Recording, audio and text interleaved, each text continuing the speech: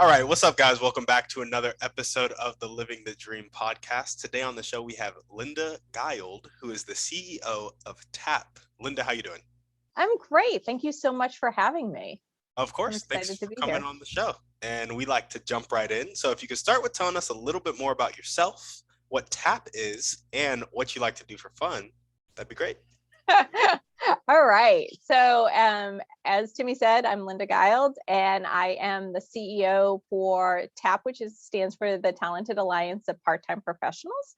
And I'll talk a little bit more about that in just a sec. And I also run another company that handles associations. So if you think of like the Bar Association or the Medical Association, we run some smaller organizations.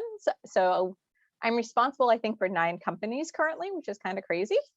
And so TAPP came out of my primary company, which is the Guild Associates, and we saw a gap really in the workplace around part-time and decided to form an organization to create a place where individuals can get more resources so that they can be, if they want to work part-time and want to learn how to be a good part-time professional, we have resources for them. And then companies that are saying, hey, I need someone part-time to do X, we also have resources for them. All right, so you asked that, and then you asked me what I like to do for fun. Yes. So I actually really like my work, so that is actually fun for me.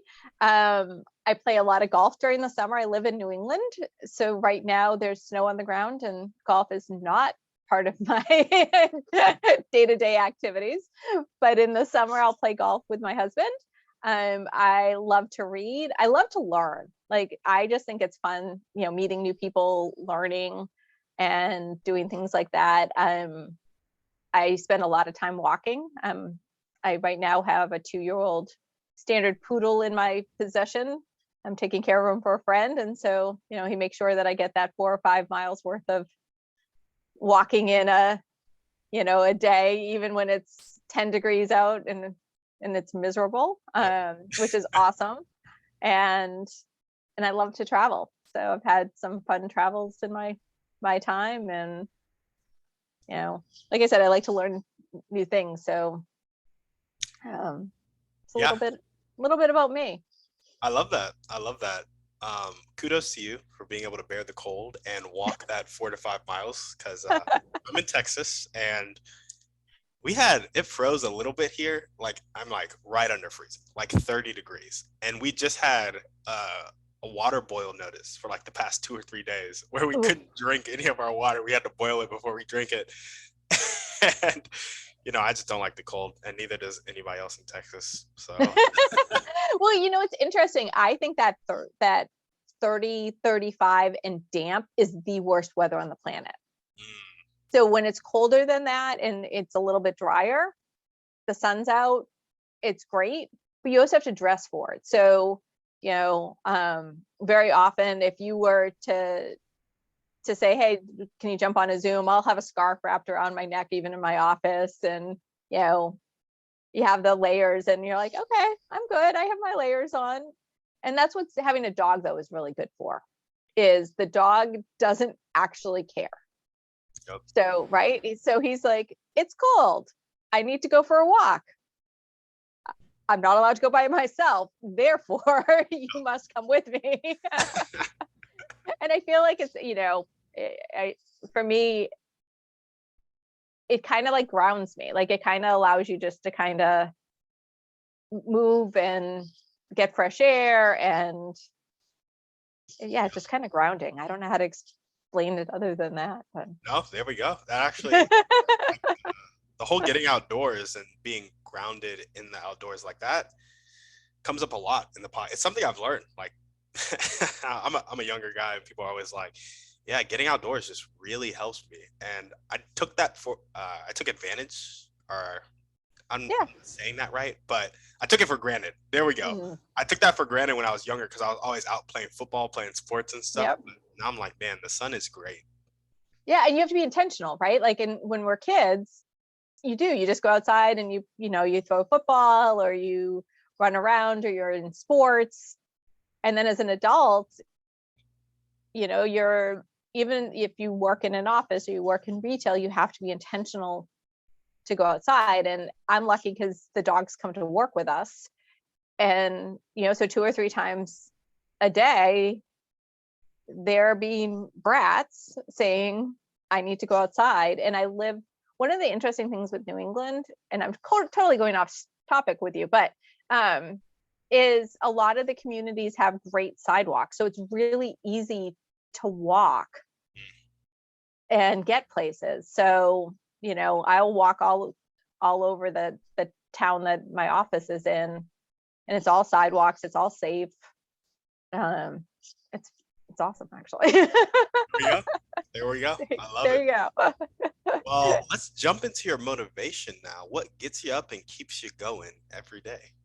Well, things like this. I love having conversations, whether they're random or strategic, and feeling like we're helping people through, like I said, I really like my both TAPP and the Guild Associates. Like, it's fun to do the strategy. It's fun to meet people and really feel like you have the ability to help someone accomplish something. With TAPP, one of the fun things that we're doing is, helping companies to start at the beginning and saying, okay, how do I hire someone correctly? What do I really need them to do? And it's like, to me, yeah, I mean, I'm such a dork, but I love to help figure that out and hear what do they need, that and have those conversations and learn from someone else. Like, I'm so blessed in the people that I get to work with through clients and learn what they need and have a dialogue. So it's not about being right. It's, saying, hey, did you think about this? And sometimes the answer is yes, and I completely disagree with you. Okay, that's cool, right? Like, or no, I didn't think about that, and I still don't agree with you. Or sometimes, oh yeah, we missed that, we need to do this. And so, I mean, I'm that crazy morning person anyway, but I love getting up and saying, okay, what are we going to get done? And, what am I going to learn today? And move things forward. And, yeah. So my motivation really is to be there, help meet people and help make connections, which is a lot of what your podcast is all about. I loved that piece. You always ask people, hey, if this resonates with them, connect with someone, and who do you know that can help make this dream come true? And I think that's a lot of what my day job is making some of those connections just in general for my clients, and hopefully making their worlds a little bit better. Yeah, I love that. I was reading over the stuff that you sent me before the podcast, and when I saw that, I was like, ooh, we're gonna click. Yep, we are right on the same page on that. Something I wanted to ask you about was, Yeah. I know you talked a lot about communication, and then sometimes people disagree, or sometimes you'll be like, have you thought of this? All that good stuff. Tell us about how you handle situations when you meet or try to communicate with very stubborn people that aren't willing to like listen, or they only want to be heard, or like whatever it may be. I think some of it for me is taking a step back and just trying to figure out where they're coming from, and understanding that sometimes their reaction has nothing to do with me. Right. So there's people that are willing to listen. And sometimes you come across those people that you actually know that they're not going to. So are you doing it to prove a point? Are you doing it to try and change someone's mind?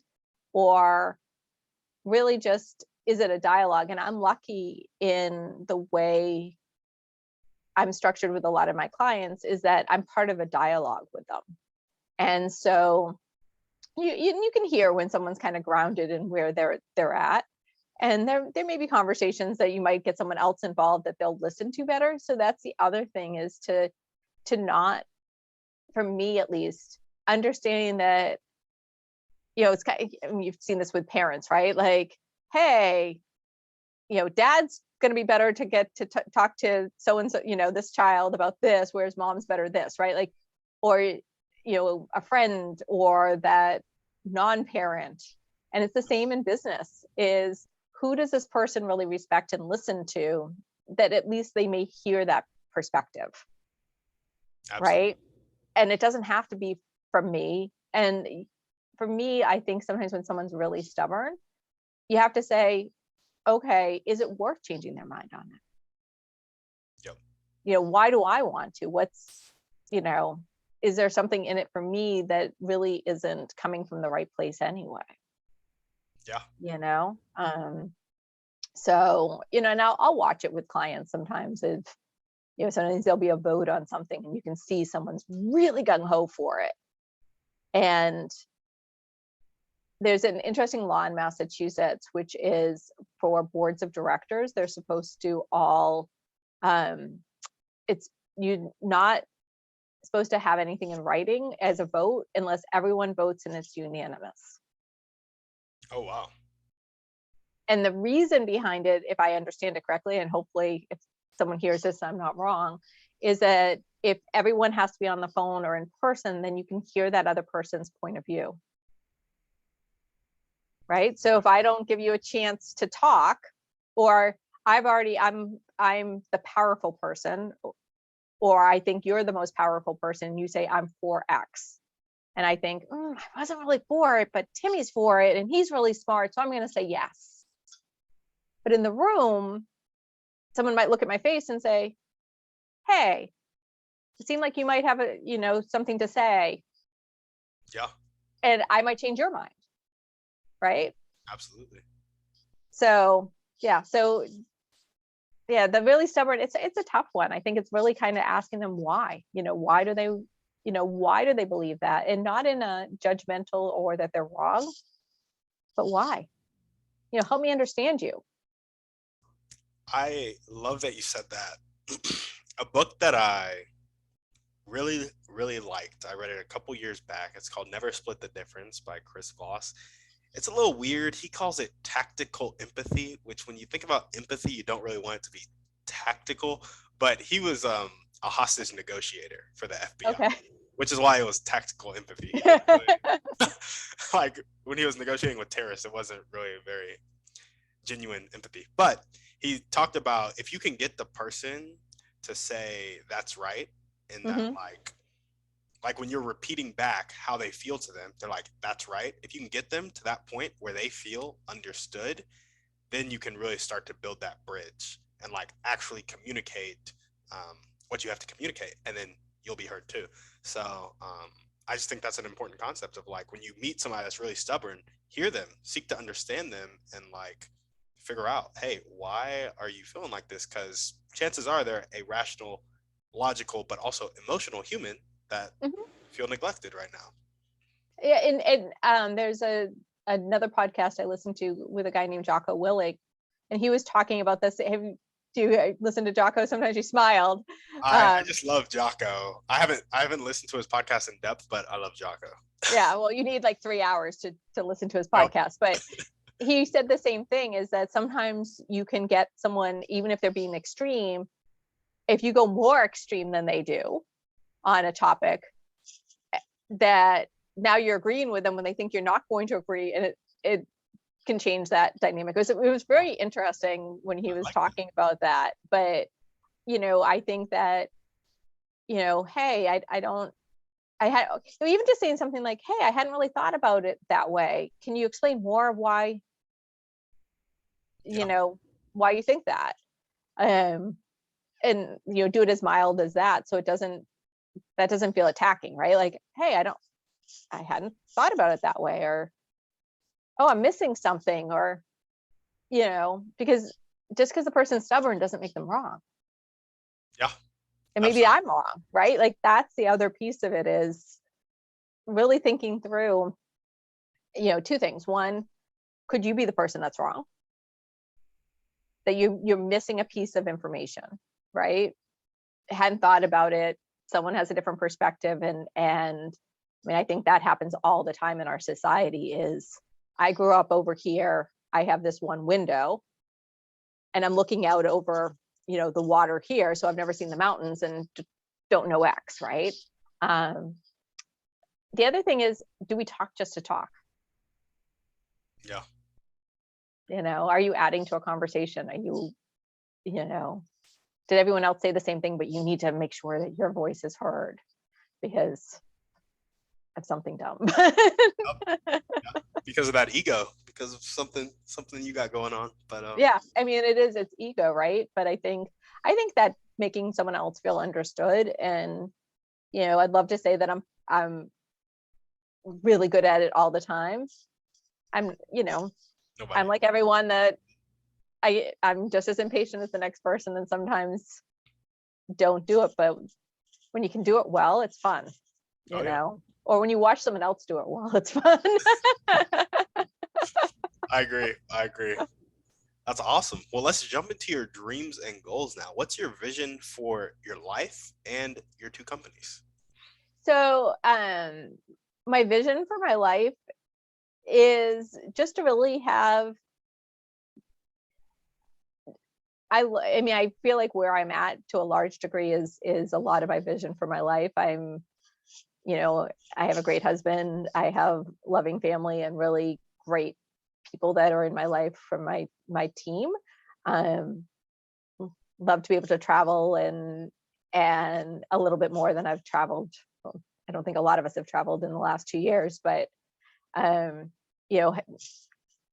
and I have talked about going to Normandy and doing some of the World War II things, and same in Hawaii, like some fun things like that as we've gotten older. But for TAPP, so my big hairy goal is less around the Guild Associates and really around TAPP. So TAPP, as I said, is for the Talented Alliance of Part-Time Professionals. And my big hairy goal for it is that when you think of part-time, you think of TAPP, just like when you think of retired persons, you think of AARP. So that there is a resource that that TAPP is serving the 17 million people that work part-time in our country, and that they have a resource and that they're respected, and that companies also have a resource and are able to go and say, yeah, part-time is as valuable to our team as full-time. And not, I want to be really clear with this because it's one of the things I've heard, well, they're hiring part-time so that they don't have to hire full-time. That's not my goal with this whatsoever. I believe that if you need a full-time person, you should hire a full-time person. But, if you need someone to help produce a podcast and put out some social, and edit it, you may not need a full-time person if you're a small team, but you need someone really good, right? That's or for graphic design, or a small company may not need someone full-time for accounting, but they want that long-term person that's part of their team, and then that individual has it. So yeah, so I want there to be those resources, and that the part-time person doesn't feel like a second-class citizen. So, and then for the Guild Associates, I just want to continue with what we're doing in the sense of continue to serve our clients at the highest level and continue to have really interesting people that I get to interact with. So I love that. For the for TAPP, do you guys tell us a little bit more about what you exactly do for the part-time employees, and what resources you're providing? And so for the part-timers listening to this, they're like, hey, I need help with this. What is that thing? So we what we're doing, and we're on a journey ourselves. We have a career center, so where people can go and look for part-time jobs. If someone goes there and they put in their resume, that's one way that we add them onto our email list, that would give them tips on things to think about as a part-time person, to be whether it's during the job hunt, or say they have kids, some of the balancing that goes on, and the negotiation. we're putting together a course for someone who wants to work part-time, looking at it, especially for the person that may not have been in the workforce for a little bit. So like a stay-at-home mom that's choosing to go back to work, of helping that individual figure out what do they want. So, just because you might have been an engineer before, do you want to be an engineer still? Do you want the pressure of the deadlines? Why are you working? Is it to have more interaction with adults? Well, if you want more interaction with adults, then and it's a job that you're working from home, and they don't have a lot of meetings and stuff, you're missing that piece. So we have a process to take someone through to help them understand themselves, so they know what they want before they start the job search, and understanding what are they bringing to the table, where their value is, and what's important to them, and understanding that everyone's so different. I've had a part-time person work for me that wanted as much responsibility as she could take, and I've had part-time work for me that, hey, I'm here, what do you want me to do? Okay, bye. And fabulous people, like not judging either one, but the person that's like, great, I'm working for you part-time, so I don't take it home with me. I don't want the stress of it. I don't want that added responsibility. I just wanted to use my brain and be out of the house. And they both accomplished something. So we're putting together a course. We have for the part-time, we have on our Facebook group a community that we're building so that they can connect with other people, because I think there's a lot around part-time that's different.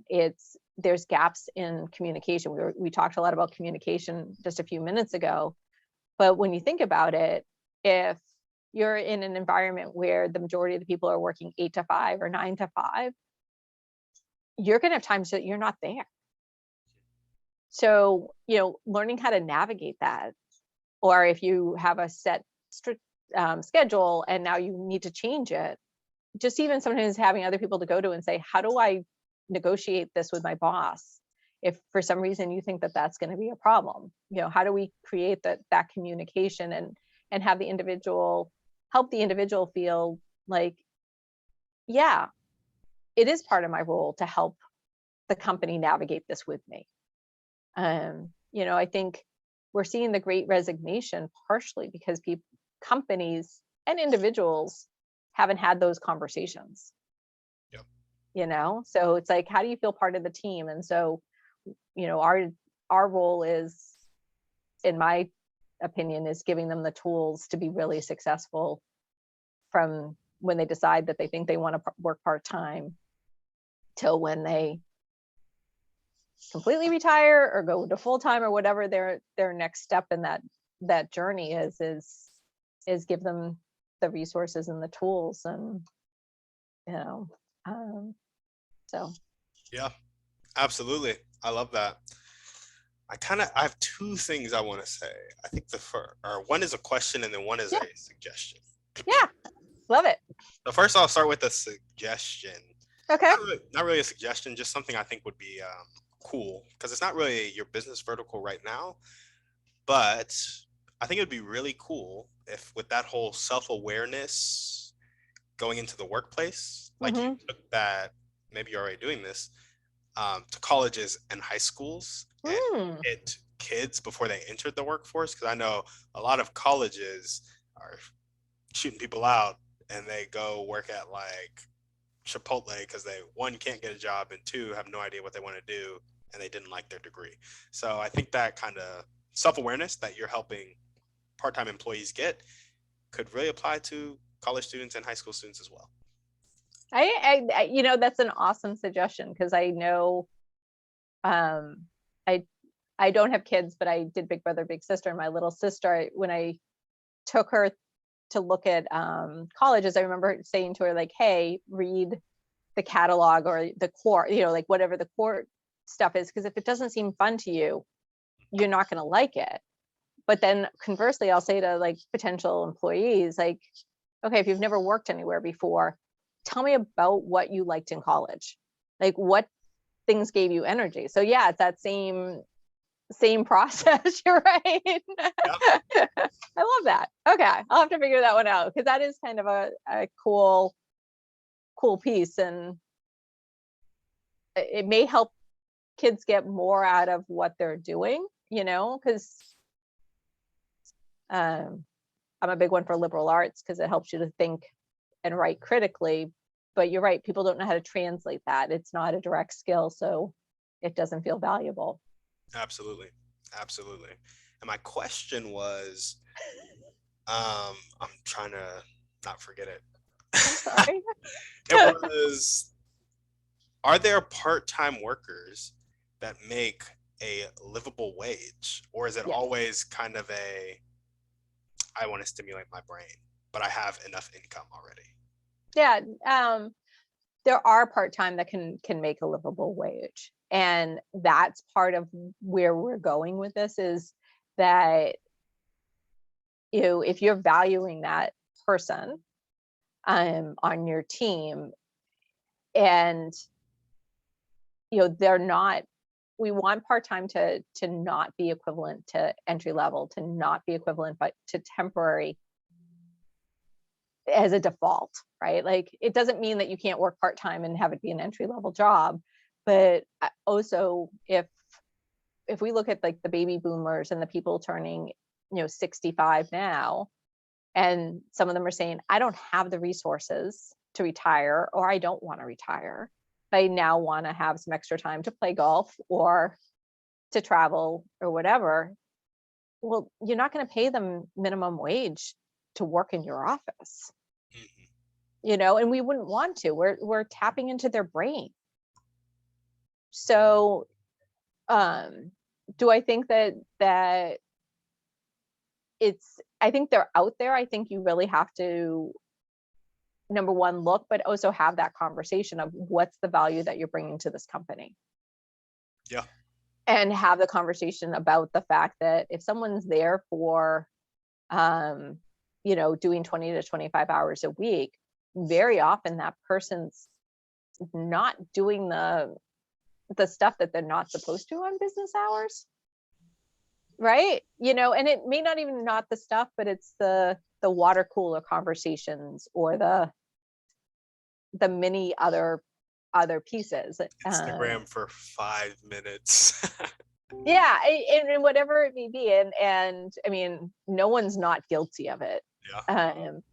But I interviewed a young woman the other day, and we did a YouTube video. I don't have a podcast, and she had transitioned for 6 months from full-time to part-time for her mental health. She just was like, I was burned out and needed some space to breathe. And I know she got paid a living wage with it. And so I think it's out there. I think that again, that's what I want, is that the people that are choosing to work part-time have that ability, and the companies get to tap into that brain trust and think about life differently, right? And say, okay, I could keep this person on and have them do X, Y, or Z, and have them be really focused, because they're not trying to do 6 different types of things that are so different. The person that does, hey, they're doing my accounting and they're doing my graphic design. Well, very often one of them's not good. Yep. Like, they're better at graphic design or they're better at accounting. So yeah, so that's a long-term goal, is to really kind of elevate that and let people know, like, yeah, it exists, and encourage companies to think about it differently and invest in the part-time, not just from a salary perspective, but with benefits, with professional development. Like, have these people be part of your team. Yeah. I mean, again, there's a brain trust of people. It's the stay-at-home moms, it's the person that needs to care for an elderly parent, it's the soon to be retiree that's not going to retire, or like my friend that I interviewed, that's in her 30s, and said, I'm either going to quit, or she went to the company and said, here's some things I could do for you. I mean, she did it brilliantly. She was like the poster child for how to do it well, but um, but they were able to retain that, and she loves her company, so be open to that and be willing to pay for it. I mean, I think that's the other thing. Don't say, oh, it's a great way to get cheap labor, because I don't think it benefits from a long-term perspective if for anyone. So yeah, there we go. Well, good to hear that there that are making livable wages part-time. I was gonna say, you kind of touched on this, but a lot of full-time workers are working part-time anyway. So we'll just leave that one there. And it's not that they're working part-time, but I think that what happens is when you come in and you say, and we've also all done this, right? Like, oh my goodness, I have 6 hours to get X done. Mm-hmm. Right? And suddenly in that 6 hours, you get that and something else done that you might have, if you had 12 hours, you might have filled the 12 hours. Yep. So someone called it productive procrastination. Have you ever heard that term before? I've not heard the term, but I'm familiar with the concept. Right. So I think that when you have the part-time that has very specific goals that they need to do, they're less apt to work on something that they shouldn't, so it may be that it's work. Yeah. Yeah, absolutely. Couldn't agree more. And I've also heard some stuff about, we only have about 2, 3, 4, somewhere around there, hours of like really good functioning in our day to day. And the rest has to be filled with like pretty like lower difficulty tasks that don't take as much brain power, because we just can't think extremely hard for extended periods of time. We just can't do it. So yeah, I've heard that too, and it makes me wonder about myself. So like, when am I the most productive? But anyway. Yeah, absolutely. A little scary, right? Yeah. Well, awesome. Linda, if there were 1 or 2 people that you could meet right now, and this could be a specific person or type of person, and they'd help you take the next step towards your highest priority dreams and goals, who would they be and how would they do it? So being specific, there's 2 people that they're no longer in the fast food industry, but they're known in it. One's a man named David Novak, who was with Yum Brands, like, the Taco Bell and Burger King, overseeing, and is now talking about leadership. And Kat Cole, who I just, of course, blanked on which fast food chain she came out of, but she's also doing a lot around the leadership. Those are 2 specific people, but this would be true for companies that really do hire part-time, is to have more conversations and be part of a bigger dialogue. Is how do we get this more in the world of the conversation you and I just had, Timmy, of, hey, how are we investing in the part-time? And it starts, to me, even in the fast food chains on up, is if people are invested in and are seen as valuable members of the team, I think it changes your dynamic. And having those conversations about what's needed, how do we do that and make people feel valued, and that the number of hours that they work is nothing more than that. It's not doesn't make them a second-class citizen. And so I'd love to figure out how to have more conversations and create that energy and that get it more out into the world, so that, whether it's the individual or the company, they're saying, yeah, we value part-time, and these are the things that we're doing to invest in these people, who are the future of full-time, to be honest. So I think it's beneficial all around. It's your work ethic, it's your all of that. So there we go. I have not been able to figure out, I've tried to figure out how to call David Novak, but I have not been successful. So I'm not scared to do it. I just couldn't find a good number. Gotcha. Well, that's tag him in this. How's that? Absolutely. There we go. If we ever have him on the podcast, I'll definitely make the connection. There you go. Cool. Well, what are the most important one or two things that everyday people can do to really help you further this initiative? I think number one is be supportive, is especially with moms, and it can be dads, is understand that they may want to work part-time for mental health. I heard this recently from one of my team members, that she was in a conversation, and a man said to her, well, I don't understand why, some women want to work when it's the same as paying for childcare. Mm. And I get that sentiment, but be supportive. There may be more to it. How does this person feel valued? How do they feel that they're contributing? And don't assume that it's temporary. Don't assume that it's entry level. Come at it that, hey, you're a valuable member. I want to know what you're doing. That's awesome. And really think about it. And for small companies out there that may be listening or looking to hire, really come at it from the perspective of, how am I structuring a job that's going to make the individual be successful? So I've thought it helped them think it through, that I'm creating good communication channels, that I'm not setting them up for failure. One of the questions that the person I interviewed, her name's Janae, her boss asked her every week was, how's the workload? Is it too much? Is it too little? Or does it feel about right? And I was like, wow, that's amazing.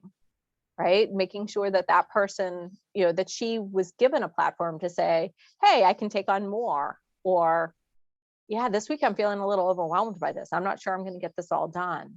Help me work this through.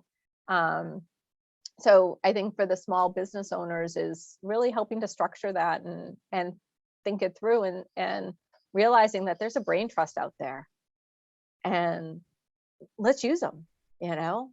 Let's engage people where they're at, and use some of this talent, and I think it's going to help all of us.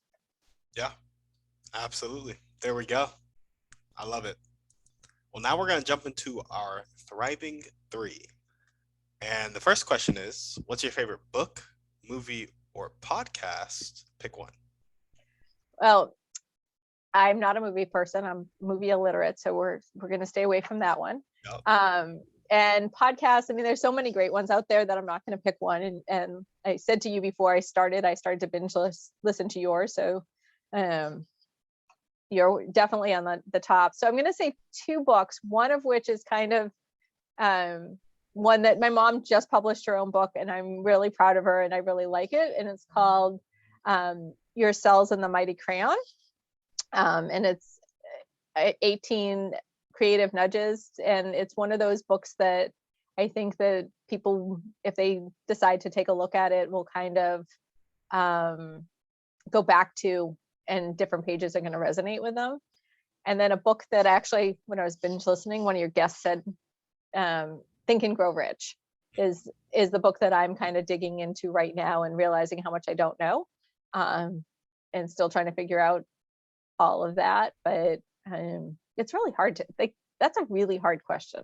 It seems like it's a really easy question by you, but it's really hard. Yeah. It definitely, a lot of people, sometimes people get stumped and I'll have to switch it up. What's the book you've gifted the most? But what I really love about Think and Grow Rich, and I would tell a little story. I don't do this often, but I'm gonna do it anyway. That's okay. Podcast. Podcast. Yeah, there we go.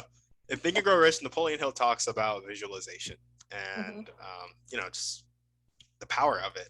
And I was watching the Olympics yesterday, or maybe 2 days ago, with my girlfriend, the Winter Olympics, and they had like women's free skiing or something like that, and there was this 18-year-old from Princeton. So if you're an 18-year-old Olympian that is a female that participated, feel free to hit me up, because I was very supportive of you while you were doing this. But she visualized her jumps before she took them, and she was in the running for gold. And one or two people were ahead of her, and she was on the third jump. So it was like last jump. And she took the time to visualize again. And I looked at my girlfriend, Gracie, and I was like, she's about to get gold. And I know she is, because she's sitting there visualizing. And visualizing is so powerful. There's no way she doesn't do it. And sure enough, she did the jump, got gold, and it was just wonderful to see the power of visualization like live. Because you read about it, you try to do it yourself. Sometimes it works, sometimes it doesn't work, and then it's like, but you see the power of it. It's just such a beautiful thing. So that's the And story. it's amazing with the athletes because I think we almost keep them separate from everything else. And I loved how you just brought that together, because that is where we hear about the visualization the most, is that they sit and will do the routines in their head, or as part of that, the mental game, right? And all of us can think about that, before a podcast. Go just like how you're going to feel. Like you might not know the questions, but feeling like, oh, I'm going to have a good conversation, and I'm going to have fun with it, and I'm not going to be a nervous wreck, or I'm not, going to say something really dumb that he's going to have to bleep out, or Yeah, yeah. But with them, yeah, I mean, their ability to, the athletes, it's pretty cool, and it's pretty cool to see it in the younger athletes too, to see, how they kind of get in their own heads, and in a good way. Yeah, So, yeah. No, pretty cool. I love it. I love the fact that you knew that she was going to win, though. Like, that's pretty crazy. Like, it's like you tapped into her. yeah. You know, it was weird. In that moment, this is really weird. Actually, I was actually, like, this is really woo woo. Trying to communicate with her, of like I was visualizing myself giving her good vibes. Like, That's awesome. yeah, I was like, I know it's gonna happen, and I just want you to know that I know it's gonna happen. And it was probably nothing, but that's what I was trying to do in that moment, which is why I knew. Because right after I started trying to do it, I felt peace about it. I was like, she's visualizing. I was like, no, I know it's gonna happen. Like, I'm 100% sure. And it happened. There's so one of my friends has a podcast, and she was saying, like, she's out of the closet as a woo woo, and it's like she 100%, like, if you were having the conversation with Tina Marie, she would be like, you had that energy for her 100%. Like, she wouldn't even doubt it, which is so cool. I love it. Yeah, no, it's awesome. And Napoleon Hill, he touches on Think and Grow Rich. He has another book, The Law of Success, where he touches on it. Yep. There are a bunch of other books that touch on it, and you'll be reading it and you're like, no way. And then you try it. Like, one of the best things I heard about when you're reading these success books is like, go out and try to prove them wrong. Like, do what they say, see if they're wrong. And it's like, no, it works. It does work. And I think that's the other thing, is like the power of the mastermind. I think that's the other thing that I find so fascinating with it, is having the right people around the table, and how he used them.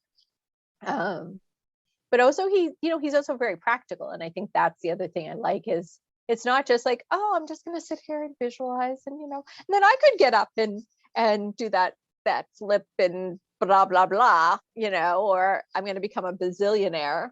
It's like, no, you have to do the consistent work and take action, and all of that. It isn't just woo woo, it's woo woo with action and work, and a belief. So Yeah. Oh, I yeah, love it. pretty cool. I love it. Well, awesome. Linda, what is one way you like to take care of yourself? I already touched on this. I love to go for walks. Like, that really is kind of my go-to when I just need a break. I need to clear my head. I need, sometimes just even in the morning, the alarm will go off, and I'll look at the dog and be like,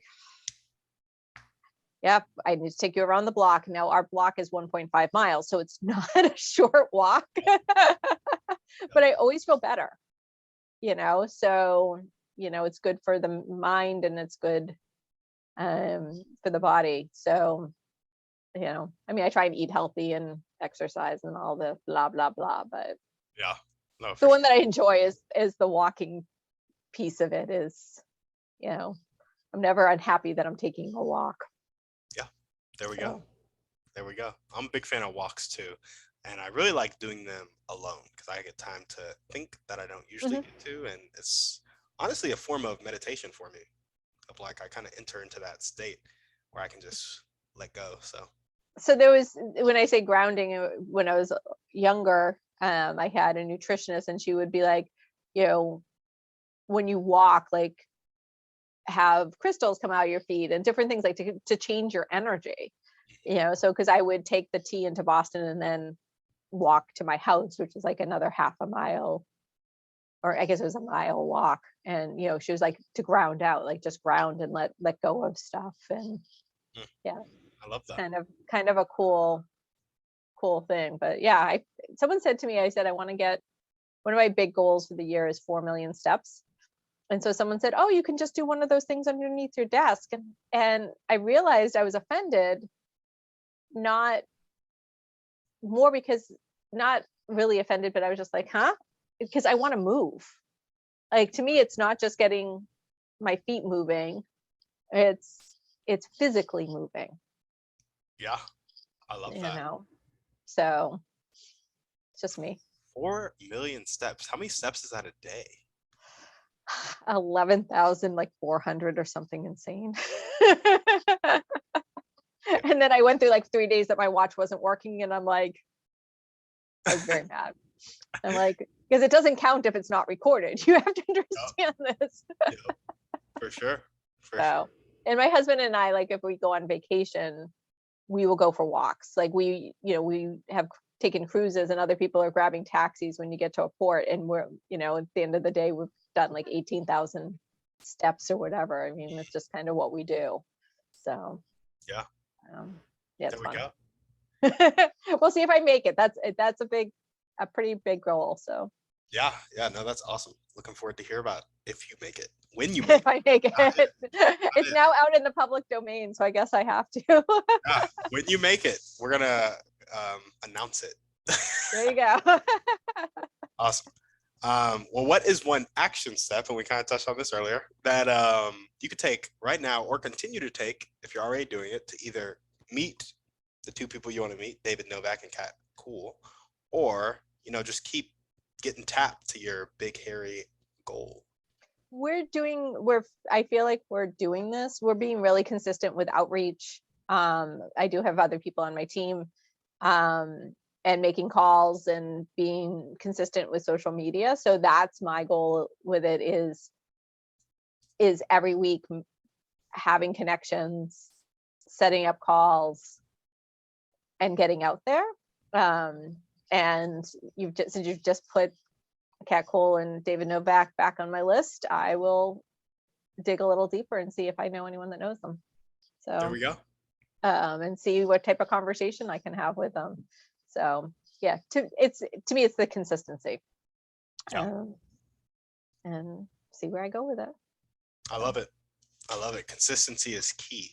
Consistency is king. I think it's that. And my other word for the year is clarity. So continue to get clarity on our messaging, clarity on how we're serving people, and then communicate that clearly. So there we go.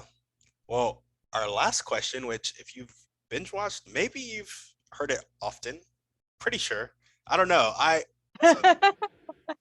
like episode like 85, 86 is out right now. I've recorded up to like episode 180, so like I'm like yikes. So I don't know exactly when I started asking this question. It may not be out yet, but final question requires a bit of pretext.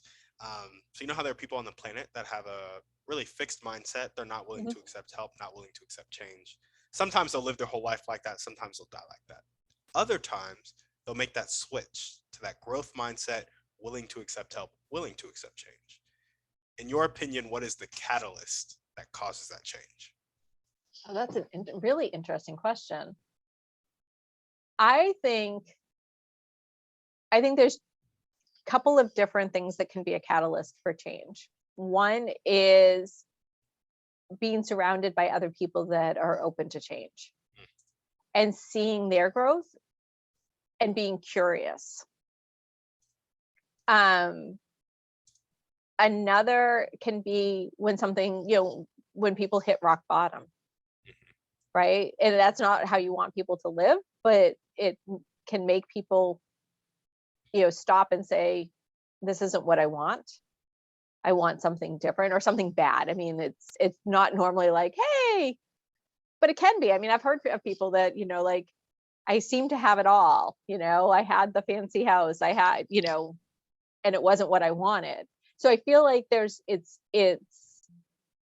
it's not normally that person that's just kind of going do, and things are comfortable. Like, it's something that you either interact with someone that, for me, my mom has always been on a growth path, and then kind of what we do for a day job has us on a growth path. So I kind of grew up like being exposed to it, and then kind of more realized, get it on my logical brain to realize I needed it, which surprised her. But yeah, I think it's partially who you surround yourself with, and being, yeah, I don't even, I mean, I feel like our world now, if we go back to Napoleon Hill, right? They didn't have television. They didn't have as much that really exposed people to a different world, right? And now, if you look at the United States, the majority of people living in the United States have access to see that there's something different out there through a television, through a computer. So it has to be that someone has gotten in their head to say that too could be you, from someone they respect. So it's like that mentorship or something, but it's that one-on-one connection, I feel like. That's a really interesting question. I need to think about that more, but I liked that question. I'm glad. Yeah, I love asking it, because I really think it's at the core of humanity. It's Mm-hmm. like, once you get people from fixed mindset to growth mindset, and they're more open-minded, willing to accept help, open to change, it's like the world changes for them, and we all experience it at some point, or we don't, and then it's tragic. So But it's that curiosity, right? So, I mean, you're being curious in your question. yep. And you see people come out of the same background, right? And it can be a wealthy background, and it can be a poor background, socioeconomically poor. And some people do extraordinarily well, and others don't. And so I think it's that curiosity that something, and sometimes it's from internal. And I think if you can solve that question, you could solve a lot in this world. So I'm asking it. I mean, you said about the colleges, right? So that's the question, I think, that, if we're looking at our kids, our kids, meaning the collective country's kids, what are we doing to have them be curious and not follow the leader? Yeah. Because no kid wants to not be like their friends. It takes a lot of courage, but then that doesn't create that growth mindset either. It's facts. Yeah. It's the question of the century. I'm coining it.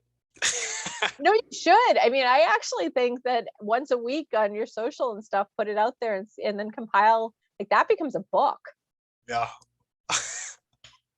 Awesome. Well, Linda, is there anything else you want to chat about before we sign off? I think we've done a good job of covering it. I want to say thank you. Can I share my social Yeah, go for it. and all of that? So if people want to follow us, we're on Instagram at TAPPONLI, and then on Facebook at TAPP Online with 2 P's, so TAPPONLINE. And we have a group on LinkedIn, or you can look me up, Linda Guild, and that's GUILD for the spelling, since it's not at all what people think it's going to be.